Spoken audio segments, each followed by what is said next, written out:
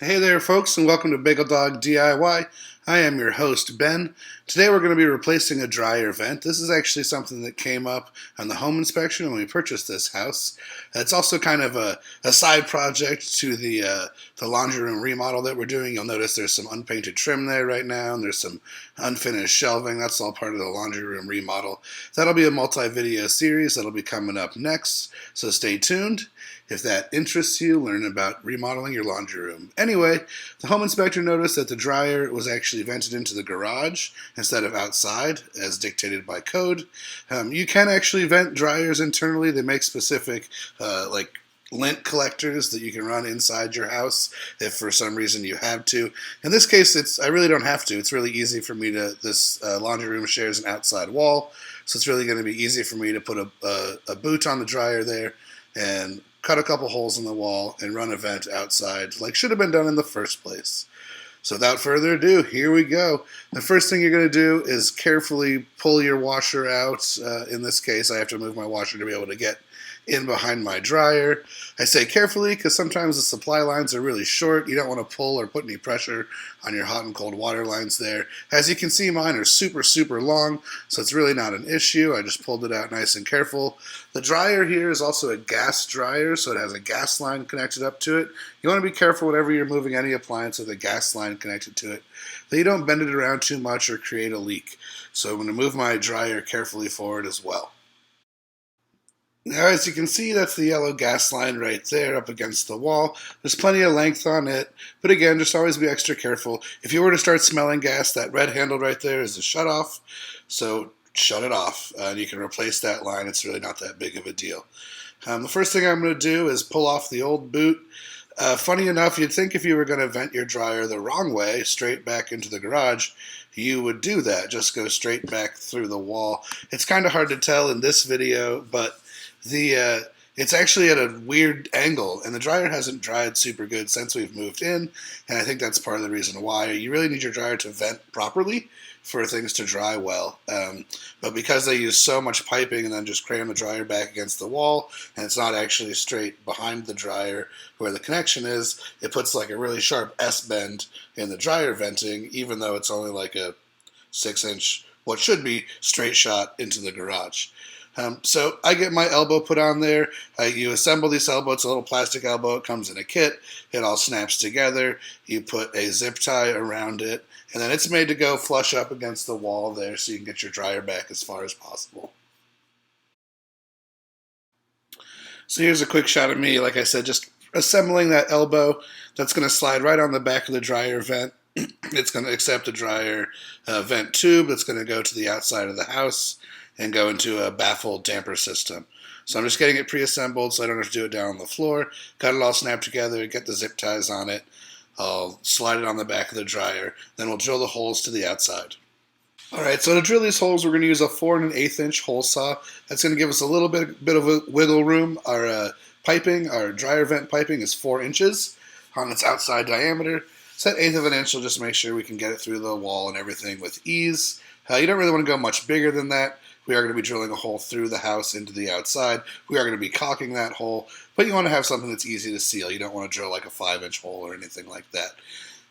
It seems obvious, but anytime you're drilling a hole, especially a giant hole in the side of your house, you want to make sure you know what you're drilling into. You want to make sure there's not plumbing pipes back there, electrical lines, things like that. In this house, it's fairly easy because they have a basement, so it's really easy for me to see where all the electrical and plumbing are run. I can see where it goes up walls. I can see how everything's laid out. This first piece I'm going to drill through is actually just a piece of plywood. It's a support for a shelf up above, and it's going to hold some backsplash for the sink. So I know there's nothing on either side of it. I'm going to drill it right up close against the wall because I want to keep my dryer vent nice and neat. I want it to be a straight run to the outside, so there's just that one elbow in it where it comes out of the back of the dryer, and then it's going to be literally just a straight shot 6 feet down the wall right out the house.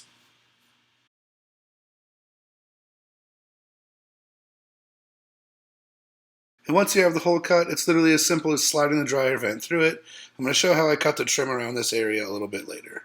All right, next I decided since I'm going to be doing the new vent outside, I might as well remove the old one while I'm out here. This is me in the garage taking the old one off. I just put a little piece of spare scrap wood over it for now. I'm going to be fixing the sheetrock in this garage and actually taping and sanding everything and painting. So when I do that, I'll repair the sheetrock properly. For now, this patch is just fine.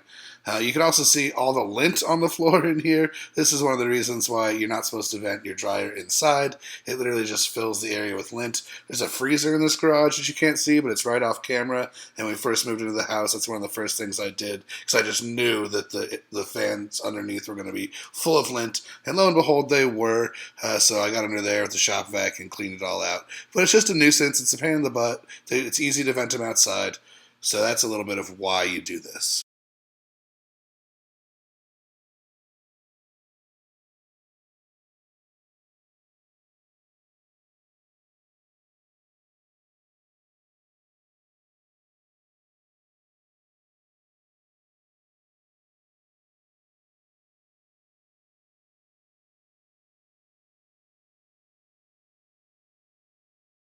Now, as you can see here, the dryer vent is flat up against the wall now.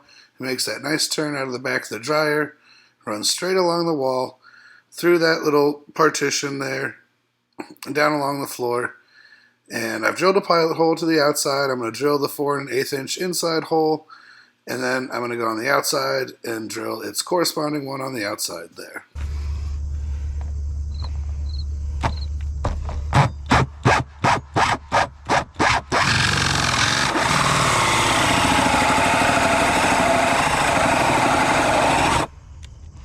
A little tip for the outside drilling: whenever you're drilling, especially with a hole saw over vinyl siding, which is what's on this house, you actually want to start to drill in reverse until you get through the vinyl. It'll cut through the vinyl a lot nicer. The teeth won't dig in, and it will cut right through it. So you'll see me start the drill in reverse and then switch it to forwards once I get through the vinyl.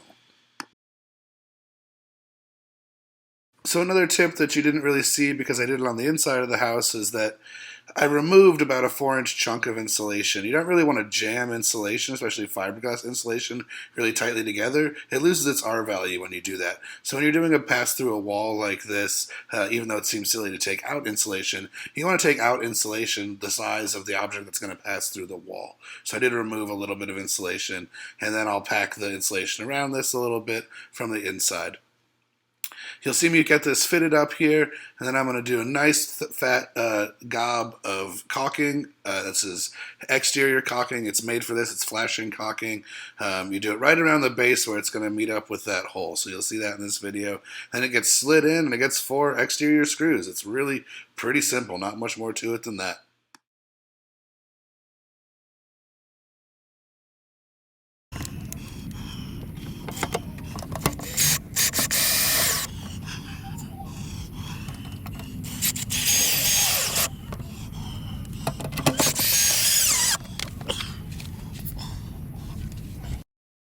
So you got the outside install all buttoned up. It looks good, nice and level. It's kind of a pet peeve of mine. I hate it when you drive up. It just throws the whole side of the house off. You know, why have a dryer vent on the outside of your house that doesn't line up with your siding? Take the extra time. Make sure you put your screws in nice. Now we're going to move inside. We're going to use the shop vac. We're going to suck up all the mess we made from drilling all of our holes. We're going to get this inside dryer vent connected to the outside sleeve that just went through the wall with the zip ties provided. All in all, in this build, I think I spent $40 total.